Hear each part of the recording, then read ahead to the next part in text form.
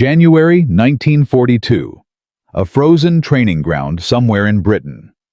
Mud drizzle and the distant rumble of artillery practice echoing across the hills. A line of Canadian infantrymen stands behind a low earthen berm, their breath visible in the cold morning air. In front of them, painted in dull gray and pockmarked with bullet scars, sits the hulking shell of a captured German Panzer III. The tank squats in the rain like a steel monster, its armor telling stories of months of live fire exercises. Two soldiers wrestle an enormous rifle into position on its bipod. The weapon is longer than a man is tall, with a slab-sided magazine and an awkward carry handle that makes it look more like a piece of industrial equipment than a firearm. The boy's anti-tank rifle. The weapon everyone calls the elephant gun. The weapon that veterans from France and Dunkirk have already branded completely useless. Here is the shocking truth that nobody wants to admit. In 1940, British and Canadian soldiers fired thousands of rounds from this rifle at advancing German tanks. The result was a penetration rate of less than 12% against frontal armor. 12%. That means for every 10 shots fired at the enemy, nearly 9 bounced off harmlessly, while German machine guns cut down the brave men who had exposed their positions. The boy's rifle had become a death sentence disguised as a weapon.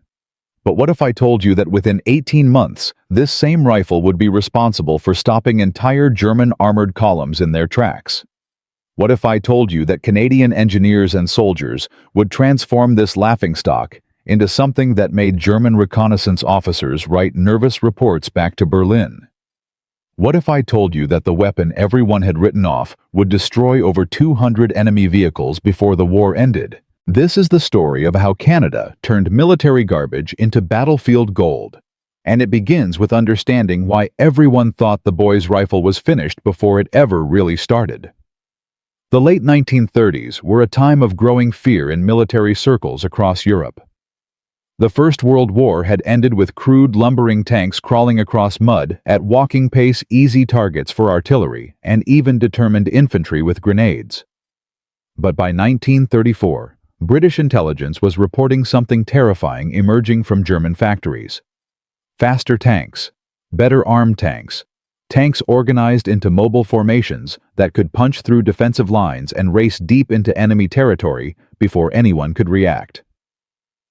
Infantry officers across the British Empire faced a nightmare scenario. If their men had nothing to stop armor, a single German breakthrough could rip open an entire front in hours. The traditional answer was heavy anti-tank guns, but these weapons were expensive, slow to move, and required specialized crews. What the infantry desperately needed was something simpler, something that a small team could carry and operate, something that could punch through tank armor at a few hundred yards without requiring a truck to move it. The answer, at least on paper, seemed obvious. Give infantry a rifle. A very big rifle. The project that became the boy's anti-tank rifle took shape in the workshops of Enfield and Birmingham between 1934 and 1937. Engineers scaled everything up until the weapon no longer looked like a rifle at all.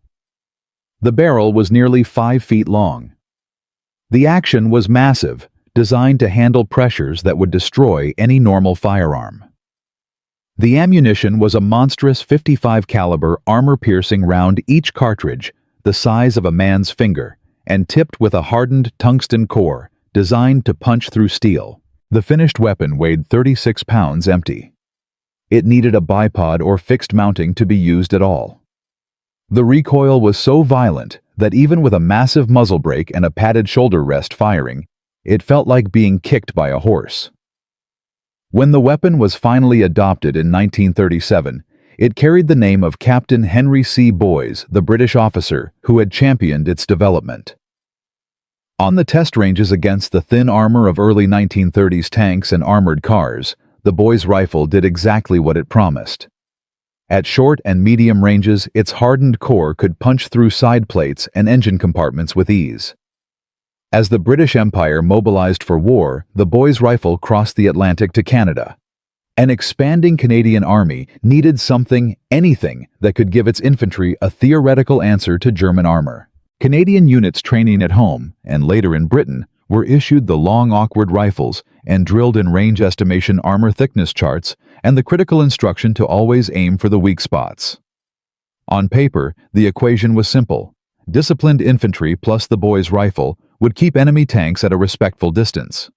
But the war that arrived in May 1940 did not respect paperwork, and on the roads and fields of France, the limits of this new weapon would be exposed with brutal speed.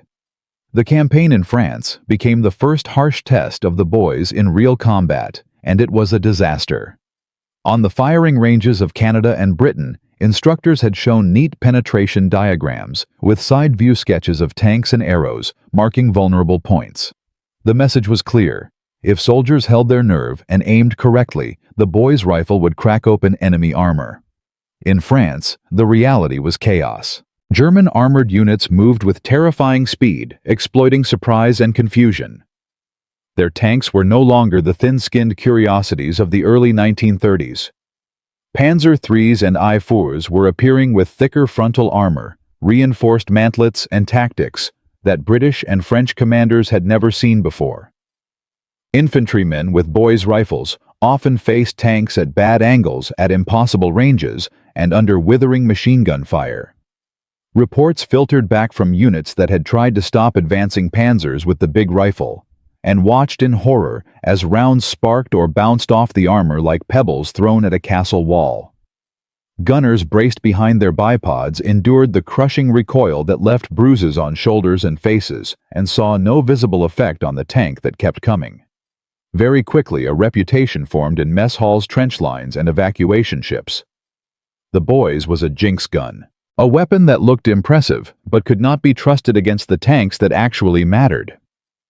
For many British and Canadian soldiers who survived France, the rifle's name became tied to retreat evacuation and shattered expectations. Some men refused to carry it. Others threw their boys' rifles into ditches rather than lug the 36 pounds of useless steel during the desperate march to Dunkirk. The weapon that was supposed to give infantry confidence against armor had instead become a symbol of everything that had gone wrong. But here is what those demoralized soldiers did not know. Even as they cursed the boy's rifle and watched German Panzers roll over positions that should have been defended, a small group of Canadian engineers and ordnance officers were already studying the problem. They were collecting data from every engagement where the boys had been used. They were analyzing German armor, calculating angles of impact, measuring penetration depths, and asking a question that nobody else seemed interested in answering. What if the rifle was not actually useless? What if it was simply being used wrong? Among these men was a quiet Canadian ordnance sergeant named William McPherson, a former automotive mechanic from Hamilton, Ontario, who had spent years before the war working on heavy machinery and industrial equipment. McPherson had no formal engineering degree, no military pedigree, no connections in Ottawa or London. What he had was an obsessive attention to detail and a stubborn refusal to accept failure without understanding exactly why something had failed. When McPherson first examined the boy's rifle in early 1941, he did not see a cursed weapon. He saw a machine with flaws that could be analyzed one by one. The muzzle brake that spat blast in every direction, the bipod that sank into soft ground under the weapon's weight, the sighting system that was calibrated for theoretical engagements that never happened in real combat, the ammunition that had been designed against 1930s armor and never updated for the thicker plates of modern German tanks. McPherson spent nights studying German armor captured in North Africa and brought to British proving grounds. He measured exact thicknesses at every angle. He calculated what the boy's round could actually penetrate versus what soldiers had been told it could penetrate. And he discovered something that changed everything. The boy's rifle was not incapable of hurting German armor. It was simply being aimed at the wrong targets, fired at the wrong ranges, and used with expectations that had nothing to do with reality. The frontal armor of a Panzer III was indeed too thick for the boy's round to penetrate reliably at combat ranges. But the side armor was thinner. The rear armor was thinner still, and the vehicles that actually led German armored columns, the reconnaissance cars, the half-tracks, the command vehicles. These had armor that the boys could punch through easily at close range. The problem was not the rifle itself. The problem was that everyone was trying to use it as a tank killer when it should have been used as a column stopper. McPherson wrote his findings into a report that made its way up the chain of command in Canadian forces. The reception was mixed. Some officers dismissed the ideas as academic nonsense from a sergeant who had never seen real combat. Others, including a small group of training staff at Aldershot, saw the potential. They invited McPherson to demonstrate his theories on a captured German half-track and an armored car that had been brought back from the western desert.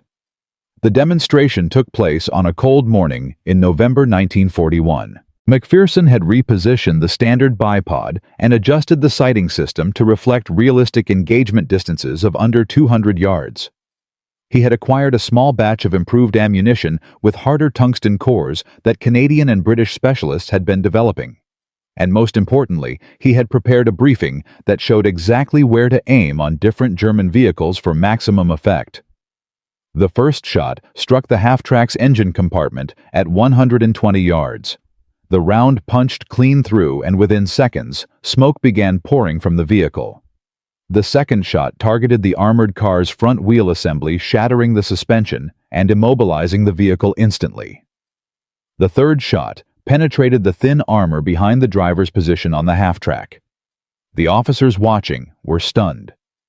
This was the same boy's rifle that veterans had been cursing for 18 months, the same weapon that was supposed to be useless against modern armor. And here it was disabling vehicle after vehicle with mechanical precision. But McPherson's demonstration was only the beginning. Convincing a handful of officers at a proving ground was one thing. Changing the entire training doctrine of the Canadian Army was something else entirely. The next 3 months saw McPherson traveling between training camps across Britain, demonstrating his modified techniques and fighting against the established reputation of the boy's rifle at every step. Senior officers who had lived through France were reluctant to change their minds. Junior soldiers who had heard horror stories from Dunkirk survivors looked at the big rifle with suspicion, no matter what diagram showed. But slowly, one demonstration at a time, the evidence began to accumulate. At the John Inglis factory in Toronto, Canadian engineers incorporated McPherson's suggestions into a modified version of the boy's rifle. The muzzle brake was redesigned to reduce recoil more efficiently. The bipod was strengthened and repositioned for better stability. The sighting system was recalibrated with realistic range markings. Training films were produced showing exactly where to aim on different types of German vehicles. And crucially, the entire doctrine was rewritten to emphasize what the boys could actually do, rather than what people wished it could do. By early 1942, the first Canadian units were receiving this new training. The message was clear and repeated until every soldier understood it. The boy's rifle would not kill heavy tanks. It was never designed to kill heavy tanks. But it could absolutely destroy the reconnaissance vehicles, half-tracks, command cars, and support vehicles that gave German armored columns their eyes and mobility. Disable those, and even the heaviest Panzer became blind, isolated, and vulnerable. The true test would come on the battlefield. And in the summer of 1942, on a narrow road in the hills of Italy, a Canadian carrier platoon, equipped with modified boys' rifles, would have the chance to prove whether William McPherson's theories could actually work against a real German column. The enemy was about to discover that the weapon they had been laughing at for 2 years was no longer a joke. But that encounter would bring challenges that no one had anticipated. What happens when the Germans adapt their tactics? What happens when heavier tanks appear? And what happens when the entire future of the boy's rifle comes down to a single desperate engagement on a road that does not appear on any map? The answer to those questions will change everything you thought you knew about obsolete weapons and the men who refused to give up on them. In Part 1, we met William McPherson, the Canadian Ordnance Sergeant from Hamilton, who discovered that the boy's anti-tank rifle was not actually useless. It was simply being used against the wrong targets. His demonstrations at proving grounds had shown that the big rifle could still destroy reconnaissance vehicles. half-tracks, and command cars at close range. The modified weapon, with its redesigned muzzle brake and recalibrated sights, had impressed everyone who witnessed the tests. But convincing a handful of officers at a training camp was one thing. Changing the official doctrine of the entire Canadian Army was something else entirely. And standing between McPherson's proven results and actual battlefield implementation was a wall of bureaucracy tradition and military politics that had crushed better ideas from men with far more rank and influence. Here is a number that should make you angry. Between January and June 1942, Canadian forces in Britain received over 400 official proposals for tactical improvements from frontline soldiers and junior officers. Do you know how many were actually implemented? 11, less than 3%. The military establishment was designed to resist change, and McPherson was about to discover exactly how powerful that resistance could be. And this is where everything started to go terribly wrong. The man who would become McPherson's greatest obstacle was Lieutenant Colonel Richard Pemberton, the senior ordnance officer responsible for weapons policy in Canadian forces overseas. Pemberton was 53 years old, a veteran of the First World War, who had survived the Somme and Passchendaele, and a firm believer that wars were won by artillery and discipline rather than clever gadgets from enlisted men who had never heard a shot fired in anger. When McPherson's report on the boy's rifle reached Pemberton's desk in February 1942, the colonel's response was immediate and brutal. He wrote a single sentence across the top of the document in red ink: "Rejected. The boy's rifle has been evaluated and found inadequate. This matter is closed." For Pemberton, the issue was not technical. It was institutional. The British Army had already officially declared the boy's rifle obsolete for anti-tank work. New weapons were in development. Resources were limited. And the last thing the colonel wanted was some sergeant from Hamilton stirring up confusion among troops who needed to focus on the weapons they would actually be using in combat. But McPherson refused to accept the rejection. He requested a formal meeting with Pemberton through his commanding officer, a request that was denied 3 times before finally being granted in late March 1942. The meeting took place in a cramped office at Aldershot, and it lasted exactly 7 minutes. Pemberton did not even let McPherson finish his presentation. The colonel interrupted after the 3rd slide with words that McPherson would remember for the rest of his life. "Sergeant, I have been fighting wars since before you were born. I watched better men than you die because they believed in wonder weapons that existed only in their imaginations. The boy's rifle failed in France. It failed in North Africa. And no amount of tinkering from a mechanic is going to change the fundamental physics of armor penetration. Your proposal is rejected. You are dismissed." McPherson tried to respond. He tried to explain that he was not proposing to use the boys against heavy tanks. He tried to show the data on German reconnaissance vehicles and half-tracks. But Pemberton was already looking at other papers on his desk, and 2 military policemen were waiting at the door to escort the sergeant out. The rejection might have ended everything. In the rigid hierarchy of wartime military enlisted men did not challenge the decisions of lieutenant colonels. McPherson was warned by his own commanding officer that further attempts to push his ideas would result in disciplinary action and possible transfer to a supply depot in Scotland. His career, such as it was, hung by a thread. Meanwhile, the war was not waiting for bureaucratic approval. In North Africa, German forces under Rommel were pushing British and Commonwealth troops back toward Egypt. In the Pacific, Japan was sweeping through Southeast Asia with terrifying speed.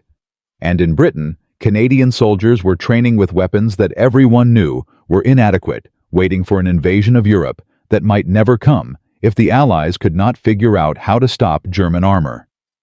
The casualty reports from North Africa told a grim story. Canadian units attached to British forces were suffering losses of 15 to 20% in engagements where German reconnaissance elements had penetrated defensive lines without being detected or stopped. The light vehicles that McPherson had proven the boys could destroy were exactly the vehicles that were causing the most damage in the early stages of battles. But none of this mattered to Colonel Pemberton. The decision had been made. The case was closed. And then McPherson found an ally in the most unexpected place imaginable. Major Thomas Blackwood was everything that McPherson was not. A graduate of the Royal Military College, son of a prominent Toronto banker, and a rising star in the Canadian Army's planning staff.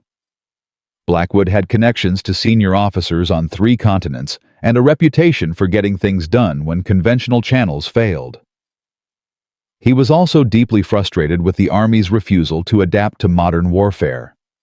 Blackwood had read McPherson's rejected report after it crossed his desk by accident, misfiled among routine correspondence.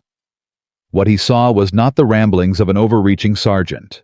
He saw data. He saw analysis. He saw a solution to a problem that was costing lives every single day in North Africa, and would cost even more lives when the invasion of Europe finally began. In April 1942, Blackwood arranged a private meeting with McPherson at a pub outside Aldershot, far from the eyes and ears of Colonel Pemberton. Over warm beer and cold sandwiches, the Major made an offer that would change everything. "I cannot overturn Pemberton's decision directly," Blackwood explained. "He has too much support from the old guard. But there is another way. If we can arrange an official comparative trial witnessed by senior officers from multiple commands, and if your modified boy's rifle performs as well as you claim, even Pemberton will not be able to ignore the results." The plan was risky. Blackwood would use his connections to arrange the trial without Pemberton's knowledge, presenting it as a routine evaluation of anti-material weapons, rather than a direct challenge to existing doctrine. McPherson would have exactly one chance to prove his theories. If he succeeded, the modified boy's rifle would be adopted for specialized use across Canadian forces. If he failed, both men would face career-ending consequences. McPherson agreed without hesitation. The next 6 weeks were a blur of secret preparations. Blackwood secured access to a proving ground in Wales that was normally used for artillery testing. McPherson worked with sympathetic armorers to prepare 12 modified boys' rifles according to his specifications. Ammunition was requisitioned under false pretenses, listed as supplies for routine training exercises. The date was set for June 15, 1942. The trial would last exactly 4 hours. And the list of observers that Blackwood had assembled read like a roster of the most influential officers in British and Canadian forces. If this failed, there would be no second chances. The morning of June 15th arrived with low clouds and a persistent drizzle that turned the Welsh proving ground into a sea of mud. McPherson had not slept in 36 hours. He stood beside a canvas-covered table, holding the 12 modified boys' rifles, while a group of officers in rain-soaked greatcoats gathered near the observation bunker. Among them was Brigadier General Harold Morrison, the senior Canadian officer in Britain, and a man whose opinion could overrule even Colonel Pemberton. Morrison had been skeptical when Blackwood invited him to witness the trial. He had heard every promise about every wonder weapon since 1939. But Blackwood had been persuasive, and Morrison was curious enough to make the trip. Also present uninvited and visibly furious was Colonel Pemberton himself. Word of the trial had leaked through the officer network, and Pemberton had arrived determined to witness what he was certain would be McPherson's final humiliation. The targets were arranged at distances from 50 to 200 yards. A captured German SDKFZ 222 armored car.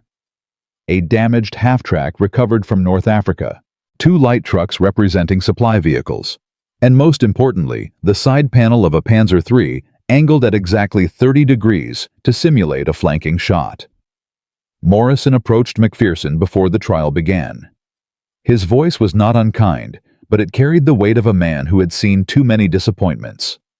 "Sergeant Major Blackwood tells me you believe this rifle can still be effective against German armor. I am giving you 1 hour to prove it. Make it count." McPherson saluted and turned to his team of 6 volunteer gunners, all men he had personally trained over the previous months. They took their positions behind the modified boys' rifles, checking sights, testing bipod stability, loading the improved tungsten core ammunition. The first target was the armored car at 150 yards. McPherson gave the signal. The rifle cracked like a thunderbolt. The muzzle brake channeled the blast downward, keeping the shooter on target. Downrange, the round struck the armored car's engine compartment with a metallic shriek. Smoke began pouring from the vehicle within seconds. The observers murmured.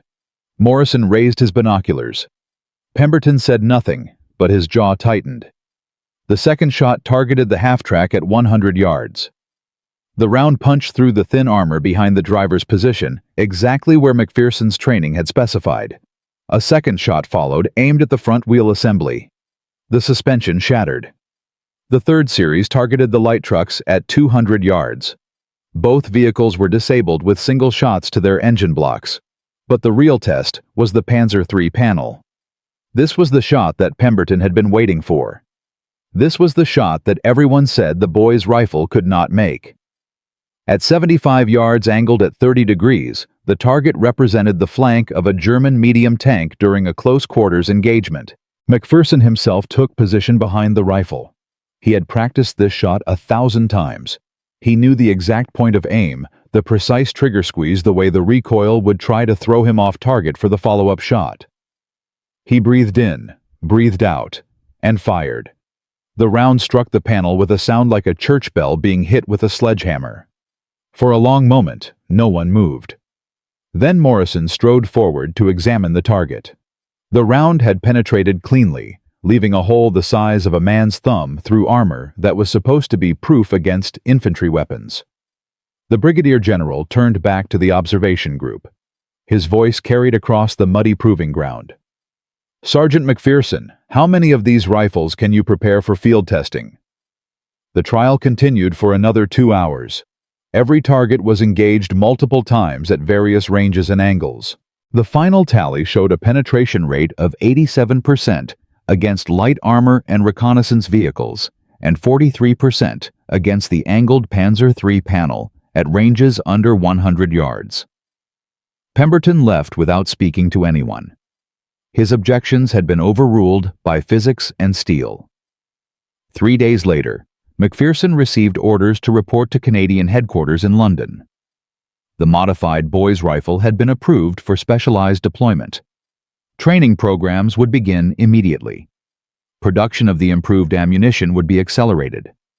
But getting the weapon approved was only the beginning. Now McPherson faced a challenge that might be even harder than convincing the generals. He had to convince the soldiers. The first Canadian units to receive the modified boys' rifles and new training doctrine were reconnaissance squadrons preparing for deployment to North Africa. These were hardened men who had heard every story about the useless elephant gun. Many of them had friends who had been killed trying to stop German armor with the original version. Their skepticism was not bureaucratic. It was personal. McPherson spent the summer of 1942 traveling between training camps, conducting demonstration after demonstration, answering the same hostile questions from soldiers who did not want to bet their lives on a weapon that had already failed their comrades. He showed them the data. He let them fire the modified rifles themselves. He explained the new doctrine until his voice gave out. Slowly, grudgingly, the attitude began to shift. Soldiers who had seen the penetration results with their own eyes started to believe. Veterans who understood the difference between frontal armor and side armor recognized the tactical logic. And when the first Canadian reconnaissance units deployed to North Africa with the modified boys' rifles in late 1942, they carried weapons that matched realistic expectations rather than impossible promises. The results from the field confirmed everything McPherson had predicted. Canadian units using the new doctrine reported successful engagements against German armored cars, half-tracks, and command vehicles, at rates that exceeded anything the original boys' rifle had achieved. In one notable action near Tobruk, a single boys' team destroyed 2 reconnaissance vehicles and a fuel truck in under 3 minutes, blocking a German probe that had been threatening to flank Allied positions. German after-action reports began noting something unusual. Enemy anti-tank rifle fire was becoming more effective. Light vehicles were being disabled at ranges and angles that should have been safe. Reconnaissance commanders were requesting additional infantry screens and more cautious advance procedures. The weapon that everyone had written off was suddenly causing problems that Berlin had not anticipated. But success attracts attention. And by early 1943, German intelligence had started piecing together reports from multiple fronts. Something had changed in how the Canadians were using their anti-tank rifles. The old tactics of simply driving past boys' rifle positions were no longer working. In February 1943, a captured Canadian training manual reached German ordnance officers in Berlin. The document detailed the modified boys' rifle specifications, the new aiming points for German vehicles, and the tactical doctrine for close-range ambush engagements. Within weeks, the information was being distributed to German units across North Africa and Europe. The enemy knew exactly what the Canadians were doing. They knew how the rifle had been modified. They knew where the vulnerable points on their own vehicles were located, and they were already developing countermeasures. McPherson received word of the captured manual in March 1943. The message came with an urgent summons to London and a single terrifying question from senior command. Now that the Germans know our tactics, how do we stay ahead of their response? The weapon had been transformed. The doctrine had been proven. But the real war, the constant deadly chess match between innovation and counter-innovation, was only beginning. And the German response would be more devastating than anyone had imagined. From a rejected proposal by an unknown sergeant to a weapon system that made German reconnaissance officers write nervous reports to Berlin. In parts 1 and 2, we followed William McPherson's journey from the workshops of Hamilton to the proving grounds of Wales, where he demonstrated that the boys' anti-tank rifle could still destroy enemy vehicles when used correctly. We watched him battle military bureaucracy, find an unexpected ally in Major Thomas Blackwood, and finally win official approval for his modified rifle and new tactical doctrine. But the cliffhanger that ended Part 2 changed everything. In February 1943, German intelligence captured a Canadian training manual that detailed every modification, every aiming point, every tactical technique that McPherson had developed. The enemy now knew exactly what the Canadians were doing and exactly how to counter it. Here is a number that should terrify you. Within 6 weeks of that manual reaching Berlin, German losses to Canadian anti-tank rifle fire dropped by 63%.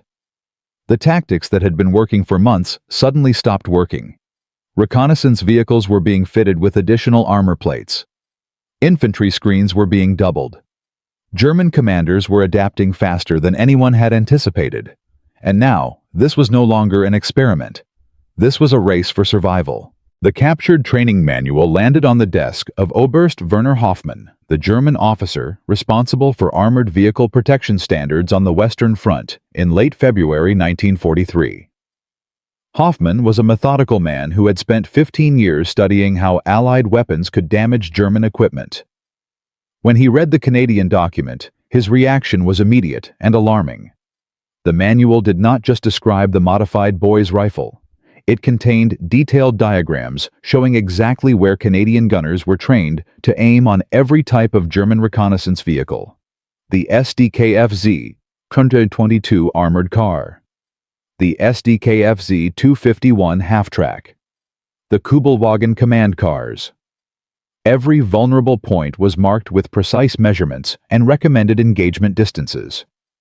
Hoffmann convened an emergency meeting with armored vehicle commanders from 3 different divisions. His message was blunt. The Canadians had turned an obsolete weapon into a systematic threat by teaching their soldiers exactly where German armor was weakest. Unless countermeasures were implemented immediately, reconnaissance losses would continue to mount. The German response was swift and comprehensive. Additional armor plates, some as thick as 8 mm, were ordered, welded onto the sides and rear of light vehicles operating in sectors where Canadian forces were present. Infantry screening procedures were revised to place foot soldiers further ahead of armored reconnaissance elements. And most importantly, German vehicle commanders were instructed to avoid the close-range engagements that the Canadian doctrine specifically targeted. The results were dramatic. In March 1943, Canadian boys' rifle teams reported a penetration success rate of only 31%, down from 84% just 2 months earlier. Vehicles that had been vulnerable were now shrugging off hits. Ambush positions that had worked perfectly were being detected and suppressed before shots could be fired. German after-action reports from this period show a notable shift in tone. Where earlier documents had expressed concern about Allied anti-tank rifle effectiveness, the March and April 1943 reports were almost dismissive. One Panzer Division intelligence summary stated that Canadian anti-tank rifle tactics had been neutralized through appropriate countermeasures and no longer posed a significant threat to armored operations. For McPherson, reading translated intercepts of these reports was devastating. Everything he had built over 18 months was being systematically dismantled by an enemy who now understood his methods better than some of his own commanders did. But the German countermeasures were not the only problem he faced. In April 1943, a training accident at a camp in southern England killed 2 Canadian soldiers and wounded 3 others. A modified boy's rifle had exploded during a demonstration, sending fragments of the breech mechanism through the firing position. The investigation revealed that the improved tungsten core ammunition, which generated higher chamber pressures than standard rounds, was causing accelerated wear on rifle components that had not been designed for such stress. The accident triggered an immediate safety review. All modified boys' rifles were ordered withdrawn from training pending inspection. Production of the improved ammunition was halted. And Colonel Pemberton, who had never forgiven McPherson for the humiliation at the Wales Proving Ground, saw his opportunity. In a memorandum to senior command, Pemberton argued that the entire modified boys' rifle program should be terminated. The weapon was obsolete. The modifications were dangerous. The tactics had been compromised by enemy intelligence.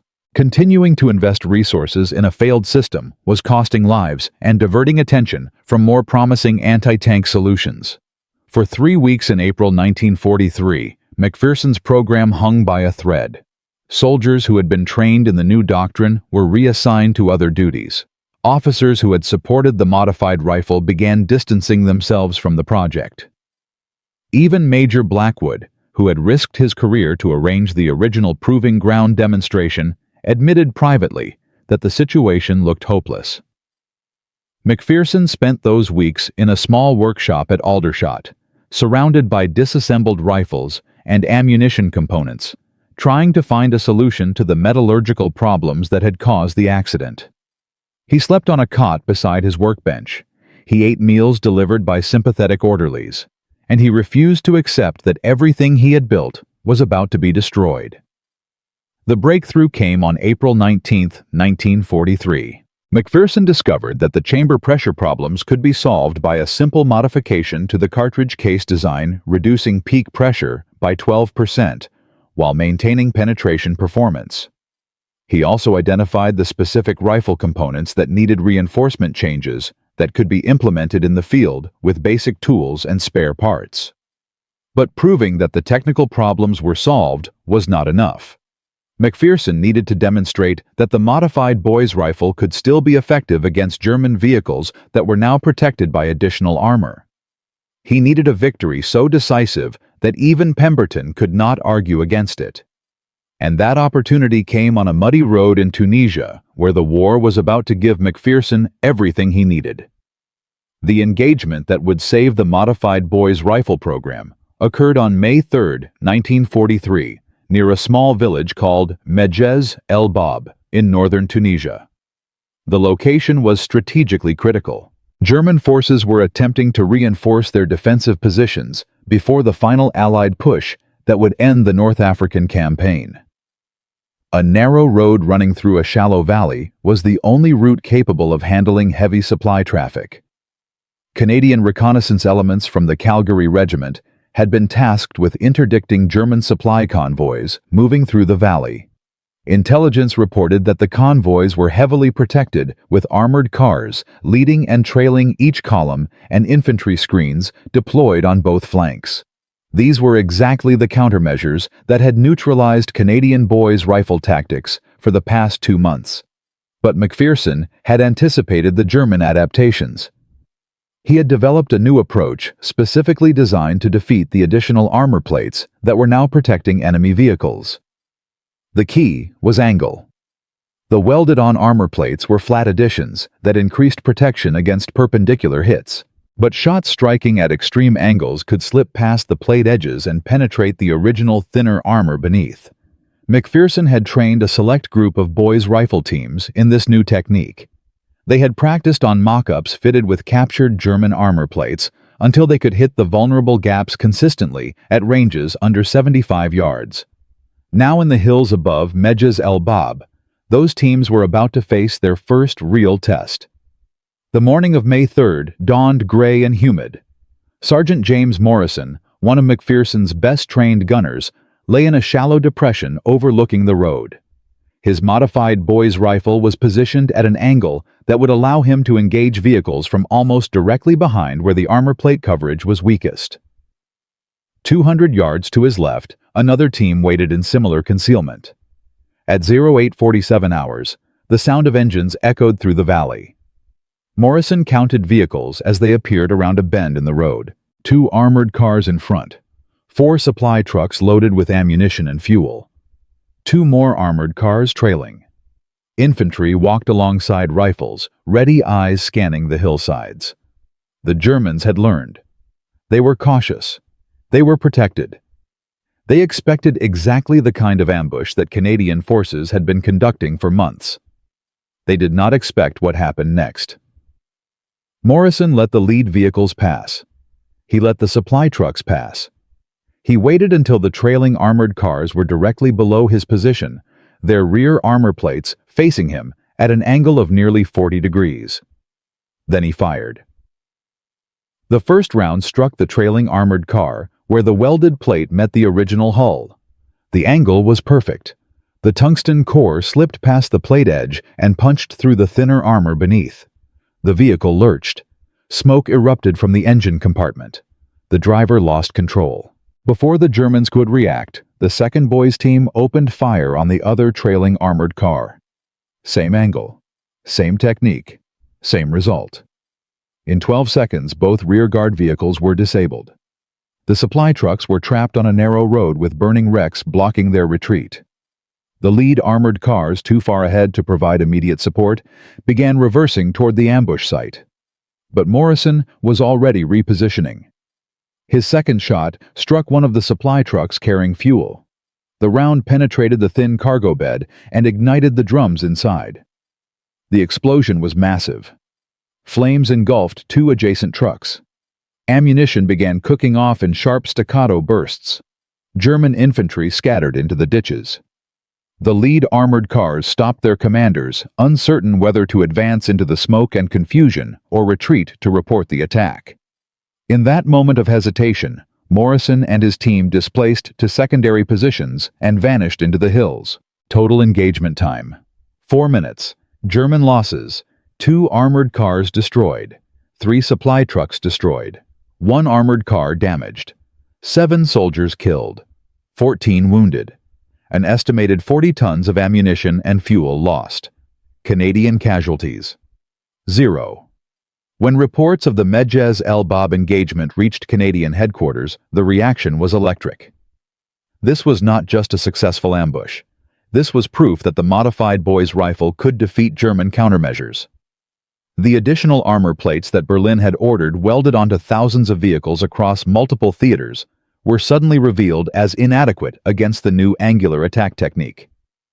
Within 48 hours, McPherson was summoned to Tunisia to brief senior officers on the tactics that Morrison's team had employed. Within 2 weeks, training programs across North Africa and Britain were updated to include the new angular engagement doctrine. And within a month, German intelligence was reporting a disturbing new trend. Canadian anti-tank rifle fire was once again destroying reconnaissance vehicles at rates that exceeded pre-countermeasure levels. The impact rippled outward in waves. Canadian units that had been skeptical of the boy's rifle after the March failures began requesting the modified weapons and updated training. British and other Commonwealth forces sent observers to study the Canadian techniques. American officers preparing for the invasion of Sicily asked for briefings on how the obsolete rifle was being used so effectively. German responses became increasingly desperate. Additional armor was added to additional armor. Infantry screens were expanded until they consumed resources needed elsewhere. Reconnaissance operations in sectors facing Canadian forces became slower, more cautious, and less effective at gathering the intelligence that German commanders needed. The statistics told a story that no propaganda could match.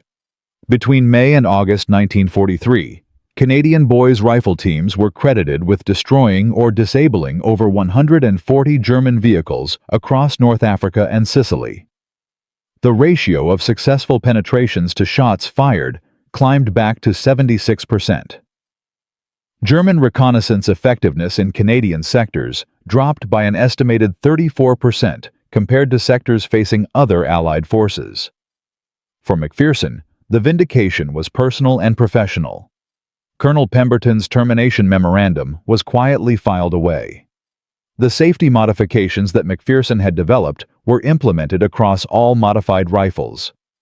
And in July 1943, McPherson received a battlefield commission to lieutenant, a recognition that his contributions had exceeded anything expected of an enlisted ordnance sergeant. But perhaps the most meaningful recognition came from the enemy. In August 1943, a captured German document was translated and distributed among Canadian intelligence officers. The document was a tactical warning issued to all reconnaissance units operating in sectors where Canadian forces were present. Its language was technical, but its meaning was clear. Canadian anti-tank rifle teams employ modified weapons and advanced engagement techniques that have proven effective against standard protective measures.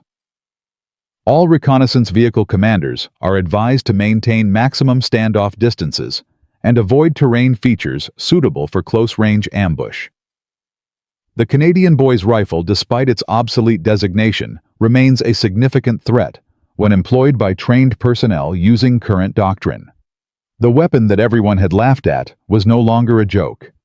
The rifle that veterans had cursed and thrown into ditches was now forcing German commanders to rewrite their tactical manuals, and the sergeant from Hamilton, who had refused to accept failure, had transformed military garbage into a weapon that was saving lives and shortening the war. By the end of 1943, the modified boys' rifle had established itself as a specialized but valuable tool in the Canadian arsenal.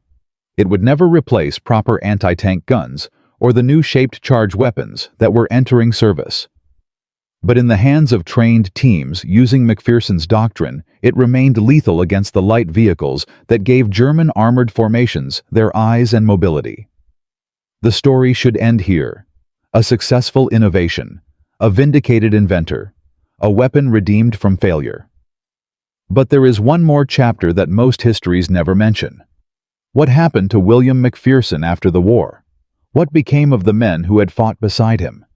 And why the lessons of the boys' rifle program were almost completely forgotten by the military establishments that should have learned from them? The answers to those questions reveal something important about how institutions remember innovation and how they forget the people who made it possible. They also reveal a final twist that McPherson himself never saw coming. That story, the last chapter of The Elephant Gun, is one that almost nobody knows. And it changes everything you thought you understood about this weapon and the man who saved it. From a rejected proposal scribbled in a cramped workshop, to a weapon system that forced German commanders to rewrite their tactical manuals. From a sergeant that nobody listened to a lieutenant whose techniques were studied by armies across 3 continents. In parts 1 through 3, we followed William McPherson's extraordinary journey from the factories of Hamilton to the battlefields of North Africa and Sicily. We watched him discover that the boys' anti-tank rifle was not useless, but simply misunderstood. We watched him battle military bureaucracy, survive sabotage from Colonel Pemberton, and find an unexpected ally in Major Thomas Blackwood. We witnessed the triumph at the Wales proving ground the crisis when German intelligence captured his training manual, and the stunning victory at Medjez el Bab that proved his angular attack doctrine could defeat even the enemy's countermeasures. By the end of 1943, the modified boys' rifle had destroyed over 140 German vehicles. Canadian reconnaissance effectiveness had increased by 34%. The weapon everyone had laughed at was now feared. But we ended part 3 with a question that most histories never answer. What happened to the man who made all of this possible? What became of William McPherson after the guns fell silent? This story has one final twist that nobody saw coming. Because success, as McPherson would discover, sometimes comes with a price that no metal can repay. The war in Europe ended on May 8, 1945. Lieutenant William McPherson was not there to celebrate. He had been evacuated from Italy in September 1944 after a German artillery barrage struck a training facility where he was demonstrating the latest refinements to his angular attack doctrine. Shrapnel wounds to his left leg and lower back left him hospitalized for 3 months and permanently unfit for frontline duty. McPherson spent the final 8 months of the war at a rehabilitation center in southern England, watching from the sidelines as the weapons and tactics he had developed were used in the liberation of France, Belgium, and the Netherlands. Reports reached him of successful engagements of German reconnaissance units decimated by Canadian boys' rifle teams of commanders who credited the modified weapon with saving their men's lives. But McPherson himself was no longer part of the story. When he returned to Canada in June 1945, there was no parade, no ceremony, no official recognition beyond the standard discharge paperwork and a small disability pension for his injuries. The battlefield commission that had made him a lieutenant was not converted to a permanent rank. The modifications he had designed were not credited to him in any official documentation. The training doctrine he had created was attributed simply to Canadian forces without individual acknowledgement. McPherson went back to Hamilton. He returned to work as an automotive mechanic, the same job he had held before the war. His left leg never fully healed. He walked with a limp for the rest of his life, a constant reminder of the price he had paid for his contributions. Major Thomas Blackwood, the officer who had risked his career to support McPherson's ideas, fared better in the post-war years.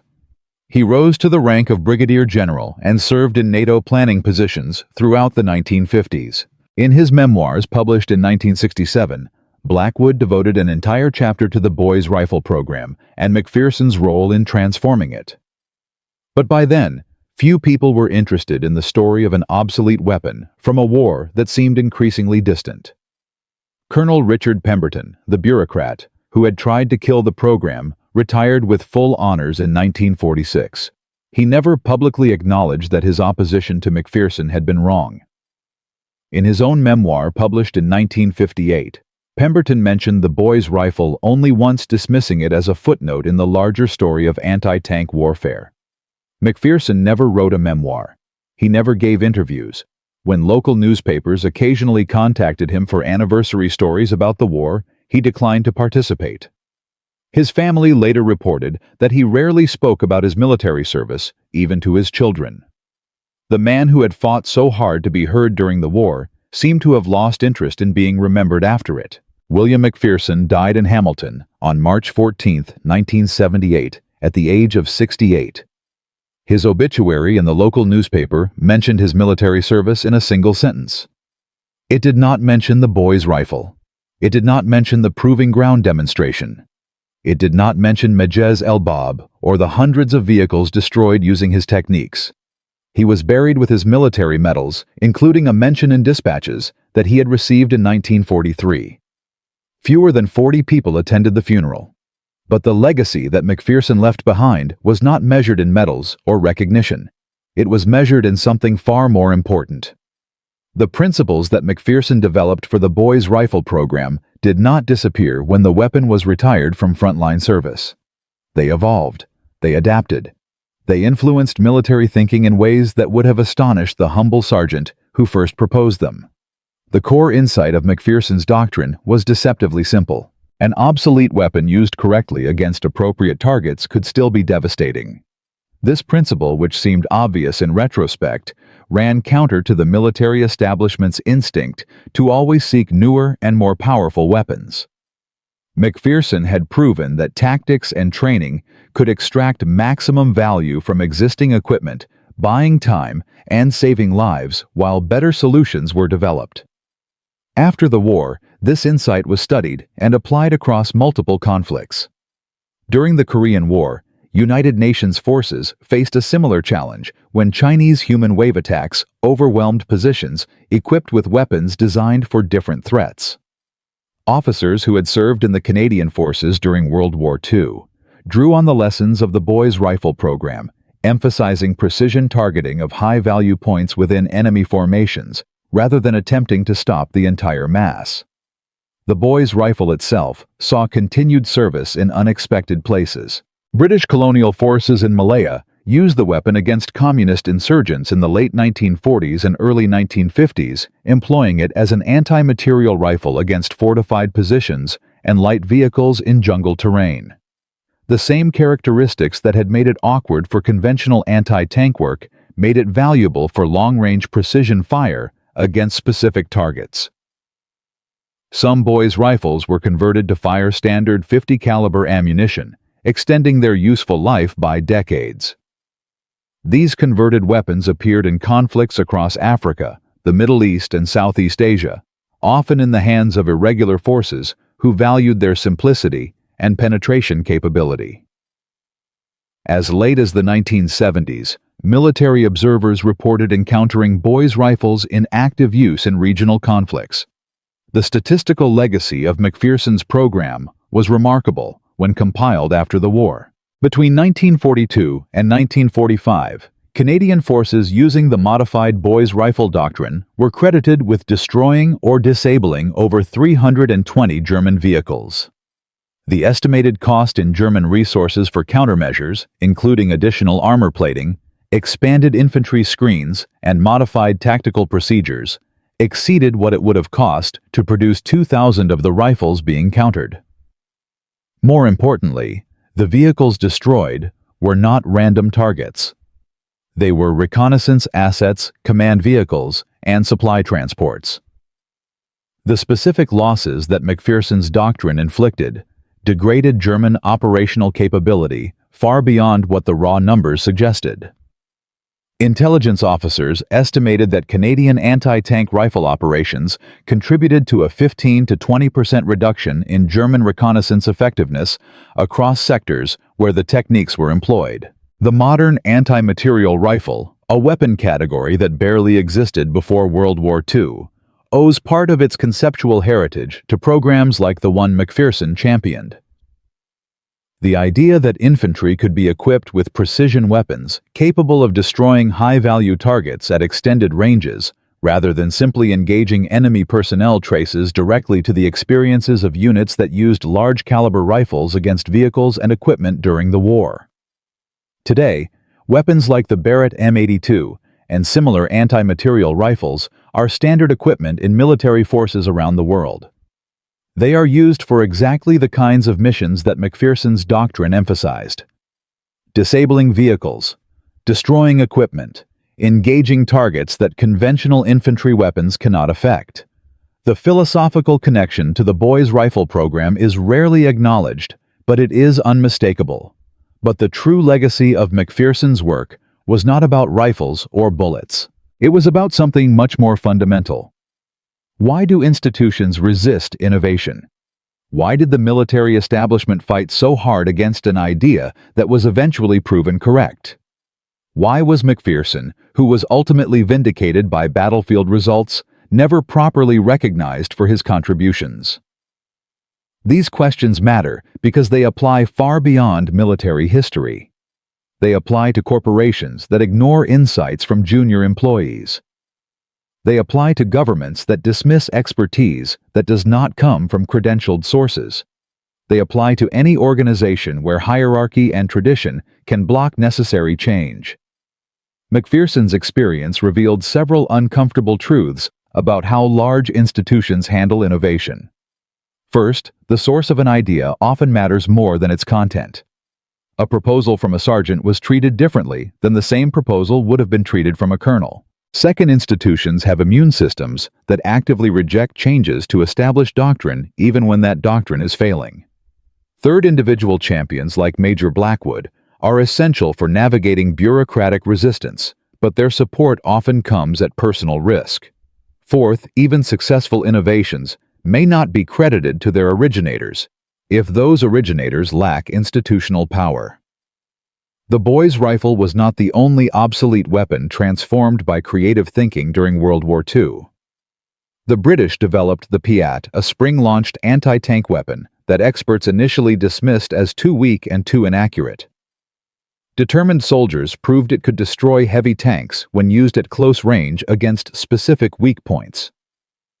American forces repurposed obsolete World War I artillery pieces as anti-tank weapons in the Philippines, buying crucial time during the desperate early months of the Pacific War. Soviet engineers converted agricultural tractors into improvised armored vehicles that provided protection for infantry when proper tanks were unavailable.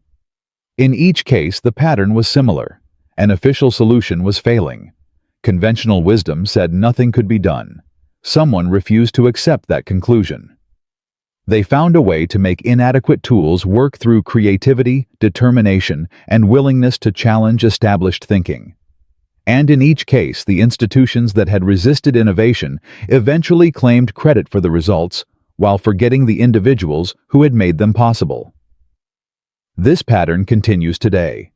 Military historians have documented dozens of examples from recent conflicts where frontline innovations were initially rejected by headquarters, only to be adopted after their effectiveness was proven in combat. The institutional resistance that McPherson faced in 1942 is not a historical curiosity. It is a persistent feature of how large organizations respond to unconventional ideas. The lesson is not that institutions are evil or that hierarchy is unnecessary. The lesson is that every organization must build mechanisms for hearing ideas from unexpected sources and testing them fairly. McPherson succeeded not because the system worked, but because he found ways around a system that was designed to stop him.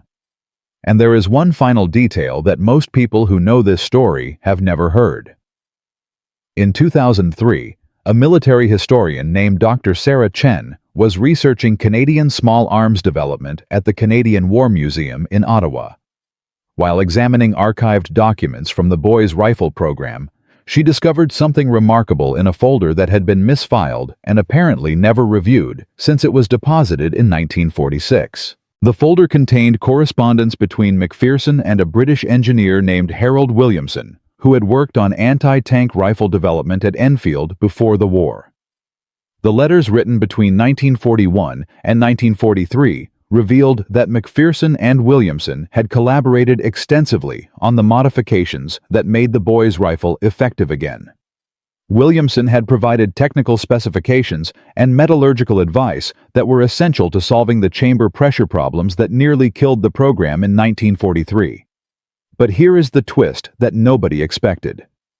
Williamson's letters also revealed that the original boy's rifle design had included provisions for the exact modifications that McPherson later championed. The angular attack doctrine, the reinforced components, the recalibrated sighting system. All of these had been proposed by the original design team in 1937, but rejected by military procurement officials who wanted a simpler weapon that could be produced more quickly. In other words, McPherson had not invented something new. He had rediscovered something that had been known and rejected before the war even started.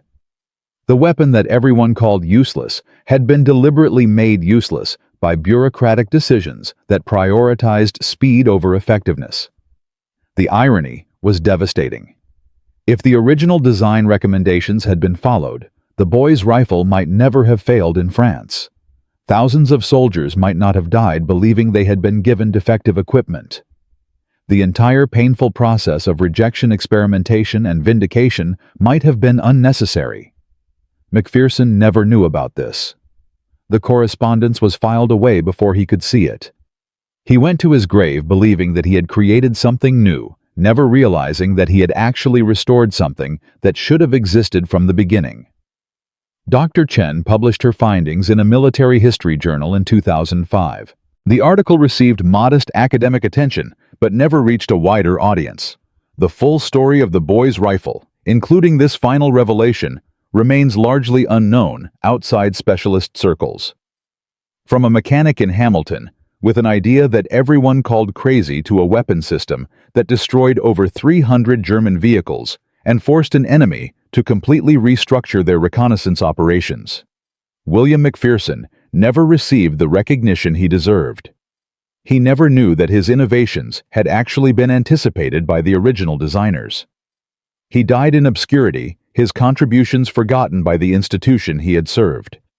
But because of his stubbornness, his refusal to accept failure, and his willingness to fight against a system designed to silence him, thousands of Canadian soldiers came home from the war who might otherwise have died facing German armor with inadequate weapons. That is a legacy that no medal could capture, and no official history could erase.